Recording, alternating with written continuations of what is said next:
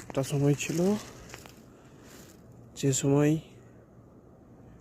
এই সময়টাতে ঘুমানোর চেষ্টা করতাম, আর এখন সময় দেখেন রাস্তার চারিপাশে কেউ নাই। আমি এখন ডিউটি যাচ্ছি রাত 3টের সময়। তা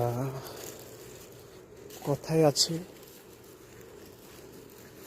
যখন দায়িত্ব মাথার ওপর এসে পড়ে তখন আর সময় দেখতে হয় না, তখন আর সময় দেখার সময় থাকে না।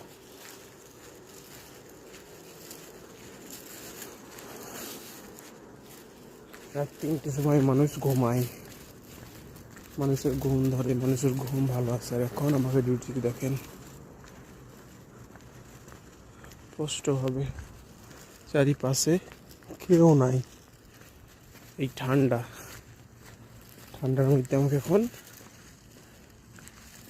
ডিউটি যেতে হচ্ছে।